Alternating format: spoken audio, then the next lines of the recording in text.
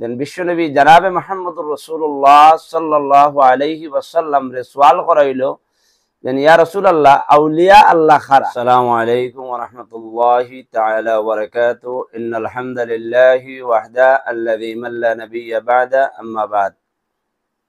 আমি আপনার সম্মুখে আজকে একটা হাদিস উপস্থাপন করতে চাই আর দেন আউলিয়া আল্লাহ খারা এই সম্পর্কে বিশ্বনবী জনাবে মুহাম্মদুর রাসূলুল্লাহ সাল্লাল্লাহু আলাইহি ওয়াসাল্লামের হাদিসের মাধ্যমে উপস্থাপন করতে চাই আর বললে আপনারা বুঝবা প্রকৃত ওলি খারা।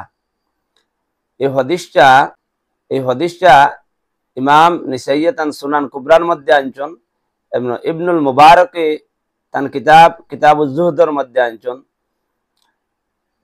আন ইবনে আব্বাস রাদিয়াল্লাহু তাআলা আনহুমা قال সুইলা রাসূলুল্লাহ সাল্লাল্লাহু আলাইহি ওয়াসাল্লাম আন আউলিয়া ইল্লাহি।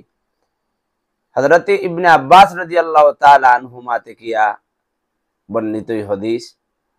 দেন ইবনে আব্বাস রাদিয়াল্লাহু তাআলা আনহুমা কইতরা দেন বিশ্বনবী জনাবে মুহাম্মদুর রাসূলুল্লাহ সাল্লাল্লাহু আলাইহি ওয়াসাল্লাম রে সওয়াল করাইলো দেন ইয়া রাসূলুল্লাহ আউলিয়া আল্লাহ খারা।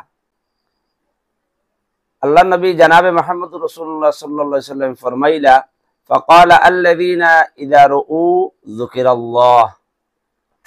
আল্লাহ নবী ফরমাইলা যারার বাই চাইলে আল্লাহর কথা স্মরণ হয়, আল্লাহর জিকির স্মরণ হয়ে যায়, এরা হইল কি প্রকৃত আউলিয়া আল্লাহ, এরা হইল ওলি।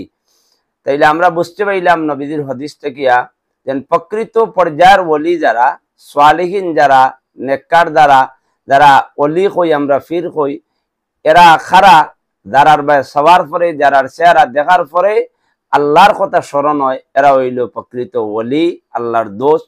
তাইলে আমরা আর কোনো শক রইল না ওলি সম্পর্কে। আল্লাহ রব্বুল আলামিন আমরা প্রকৃত আউলিয়া হকলর লগে মহব্বত ফয়দা করি দক্কা, তাল্লুক ফয়দা করি দক্কা। আমিন। আসসালামু আলাইকুম ওয়া রাহমাতুল্লাহি ওয়া বারাকাতুহু।